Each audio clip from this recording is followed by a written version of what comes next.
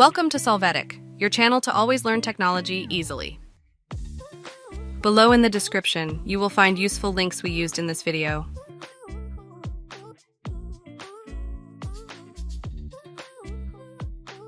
Today in Solvetic, we will see how to view Steam login history, IP, location, and open the Steam app. There in the Help menu, click on Steam Support.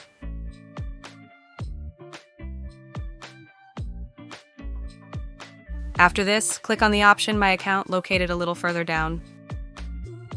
Now select the option Data related to your Steam account. After that, open Recent Login History.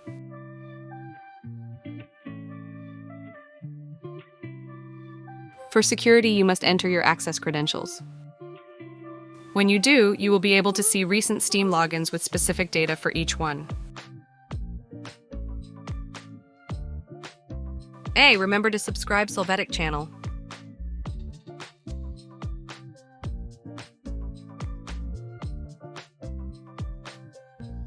We hope it has been helpful for you. Here are links to watch more videos of your interest and subscribe to the Solvetic channel. Thank you.